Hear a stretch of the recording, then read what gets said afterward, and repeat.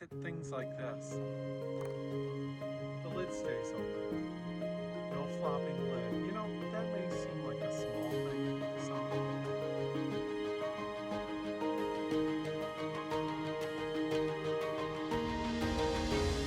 Well, I'm starting on the outside electrical inlets. This will be our 30 amp, 120 volt shore power. Hopefully we'll rarely ever need that. And then for ground-based solar, I have two 30 amp inputs that are going to go right here. Kind of a nice little setup. And then they come with a plugged MC4 connector.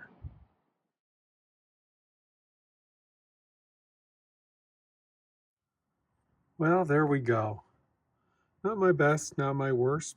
Two solar inputs, 30 amp shore power input. I still got to pull this out to wire it from the back, but these two extend through. I'll show you on the inside. So there we go. Two 30 amp solar inputs, then our shore power input on the inside. And of course, this area will be covered by the box. It's going to have all the power in it. So this will simply need to come over to the electrical panel that'll be over here. So for our 30 amp Marinco, we got it ready. The one thing that I'm going to pass along, make sure that you use an oxidation inhibitor on any of this stuff that's going to be on the outside or between the outside and inside. It's really important. This one is made by Gardner Bender. It's called OxGuard. You can get it at your home improvement stores. The one I'm more accustomed to is called Nolox. It is made by Ideal. And then we're going to be using a marine grade, of course, 3-conductor 10 cable for our shore power. And in my opinion, it's important that you use marine grade for this. You can see it is listed for marine applications, copper. Do not use aluminum if you can avoid it, for sure.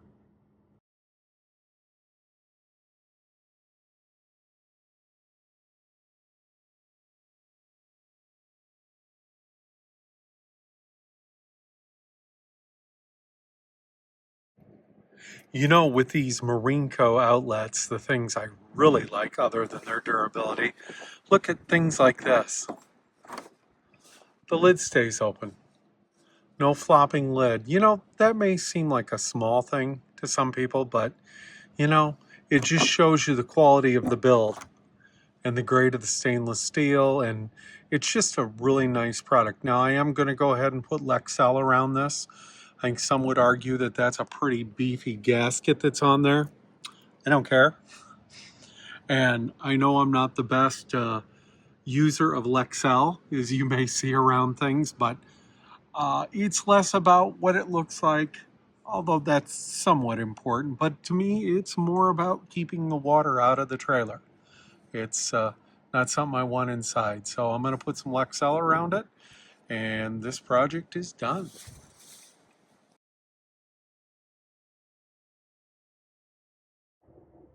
Beautiful day today. A little bit cold, but and it's a great day for cutting holes in a new trailer. This would be the water hole. As you can see across the way, got all the electrical holes cut in. And we're cutting in the hole for the water. We'll have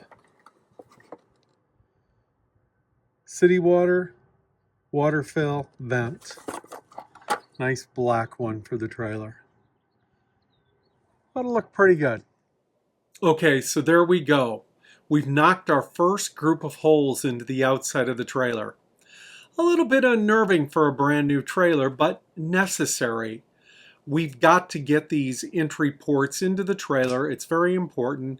You know, as long as we do them carefully and seal them properly, it's really not a problem. As I said, it's a necessity to knock these holes in. So in the future, you'll see even more as we go, but we got a good start on it. So now comes the fun part for me. You know, over the years, especially in the last few years before I retired, Did some studying on solar, got a certification on it and a few other things, but never did a solar install for myself. And that makes a difference when you're doing it for yourself. You really pay attention to the details. So I went down the road of trying to discover what I wanted, what it was that I wanted to include in this solar system, how much weight I really wanted to put on the trailer.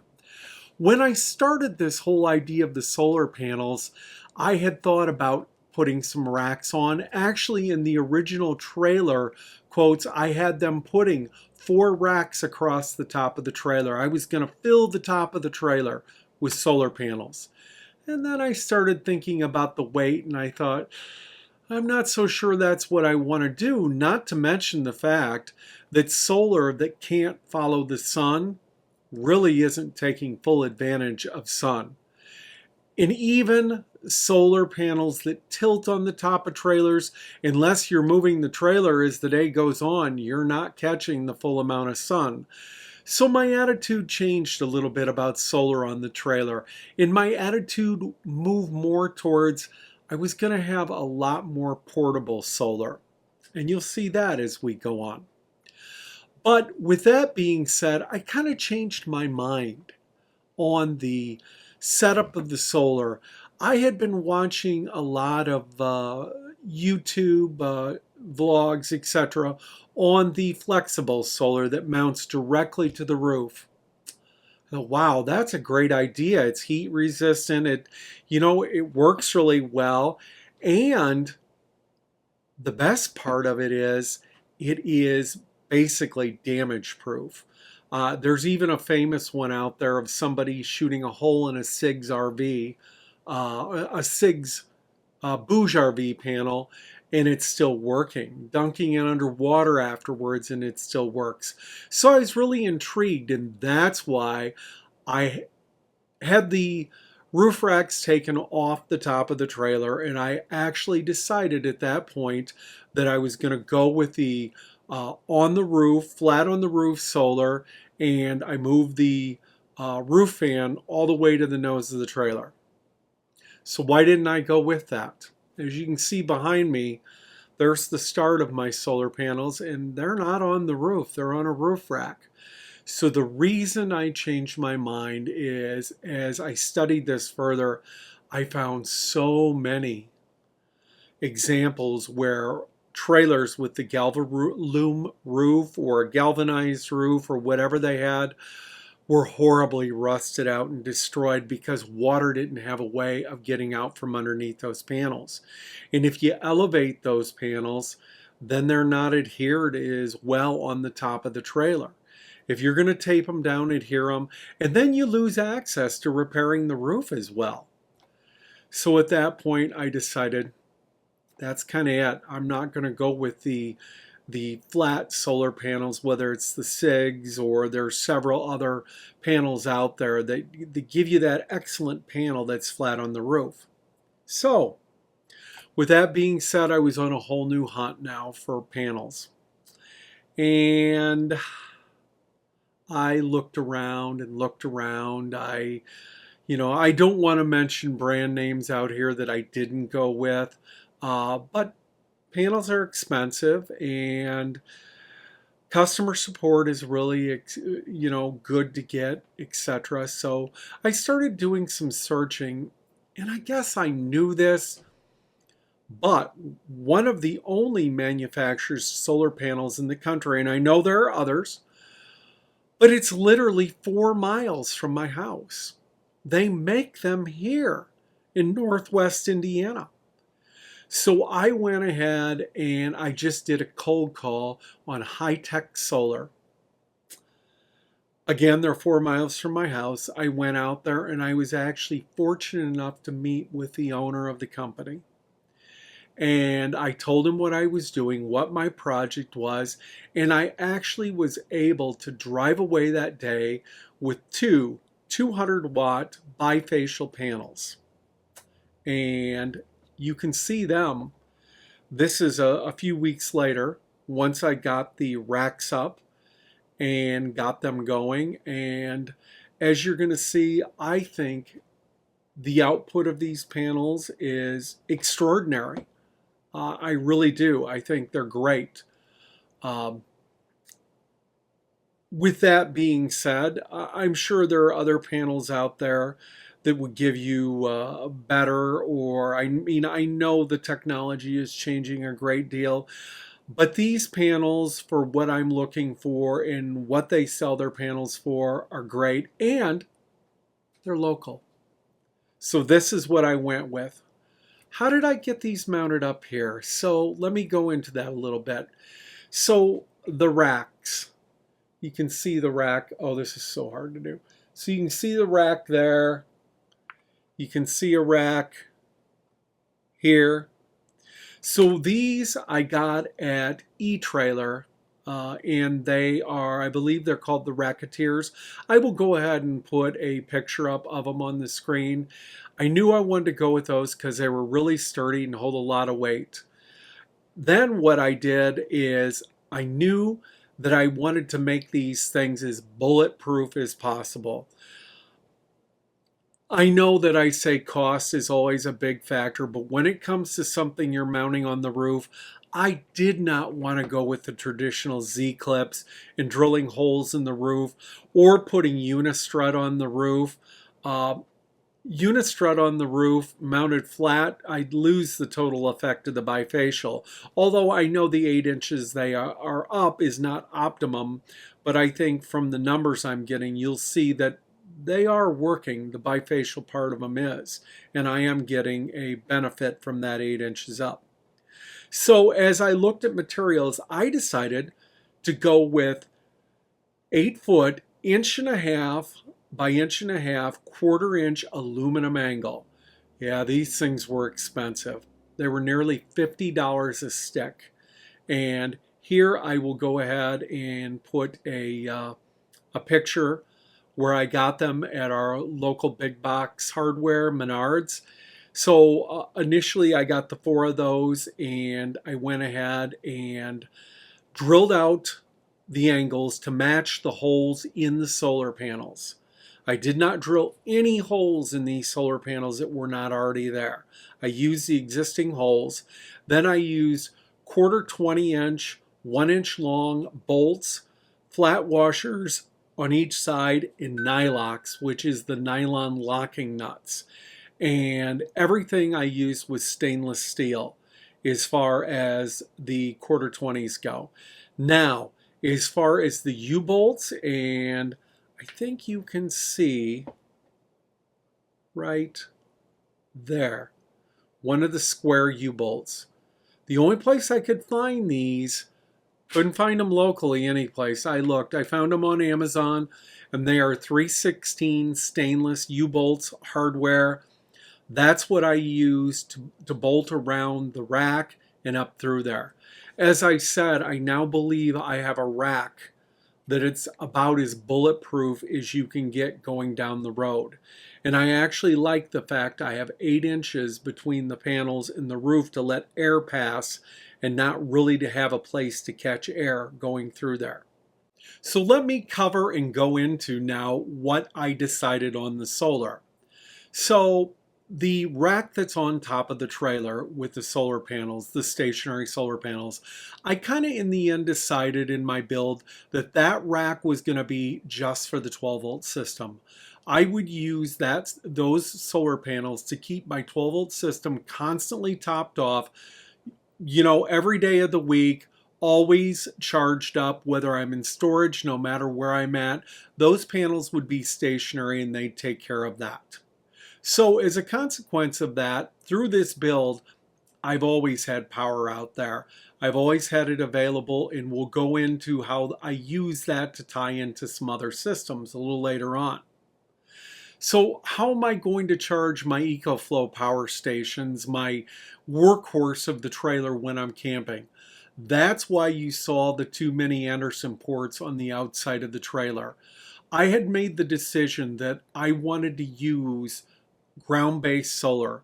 Now I already have 1,000 watts of ground-based solar as it is, and I hope to add to it. The ground-based solar is not that heavy, and it's pretty efficient. So I have 220 watt EcoFlow bifacial ground-based solar panels, the second generation. As you will see later on in the build, they can really put out quite a bit if you get them positioned and you follow the sun. Now that, of course, will be the trick, following the sun. But if you're out boondocking, for me anyway, that's one of the fun parts of boondocking, is that challenge to see how much sun you can get. I know solar that's placed out like that could be subject to vandalism or theft, but those are things I'll have to work through and find ways of securing them, or camp in places where I have cameras, or any number of things. And those are things I will work out here as I go along, but I do know that that is really what I want to do to charge those EcoFlow power stations. So again, we have the roof-based solar, we have the ground-based solar for the EcoFlow, and we have a little trick where we can siphon off part of the 12-volt house batteries to charge the EcoFlows as well. Now, with that being said, that rooftop is still wide open. I could get a lot more solar panels up there. And if I come to a point in the build where I decide that, well, this isn't as heavy as I thought, I've got plenty of room left over as far as weight goes, I may add some more racks and add some more solar panels to the roof. But right now, what I have is working great, and for now, that's what we're going to stick with. So that about does it. That gives you an idea what I was going for as far as the solar panels go. Now, here's the thing that you're really going to love. In the next episode, we will be going to High-Tech Solar to the factory and see how they make these amazing panels. And I will make sure that you get some links to them, and you're going to get to meet the owner of High-Tech Solar, Jesse McNeely. And he's going to take us through the factory and show us how they make their panels and tell us about their company. So I'm really excited to share that with you. So let's move on with the build. Here we go. So as you can see here, I've mounted a plastic junction box to the roof. It is a 6.2 by 3.5 by 2.5 inch IP65 rated box. It is a lighter color to reflect the sun, so hopefully over the years it doesn't damage too much from the sun. As you can see, I've used quite a bit of Lexel both under it, on the sides of it, to make it waterproof. Going through the box, I have an 1.5 inch piece of PVC conduit that is going down through into what is going to be the electrical room. You may also notice that I have 2 sets of cables that terminate with MC4 connectors. Each panel has its own set of cables coming down. I wanted to do that to start with in this project, so if I needed to, I could troubleshoot or monitor the panels individually. Ultimately, I do have the panels in parallel, so either way it wouldn't have made a lot of difference, but as time goes on, this may serve me real well also, especially if I put another rack on the roof. I do have room to expand with the current wire. This wire is all number 10 solar cable. Okay, so I got them through the ceiling, the 2 solar. Remember, each panel is coming through by itself. Of course, this is all just kind of a temporary hookup, just to do my testing. And then I've got them joined together with a paralleling connector right now. And on the Delta 2, getting almost 300 watts. 295 watts of solar coming in right now. And it is April. And we got some light clouding in the sky. So I don't have full solar, so I'm going to say that 300 watts out of these 2 400 watt panels, I'm really happy with that, to be honest with you, laying flat on top of the trailer. So I think we're going to call this one a win. I think that looks pretty good.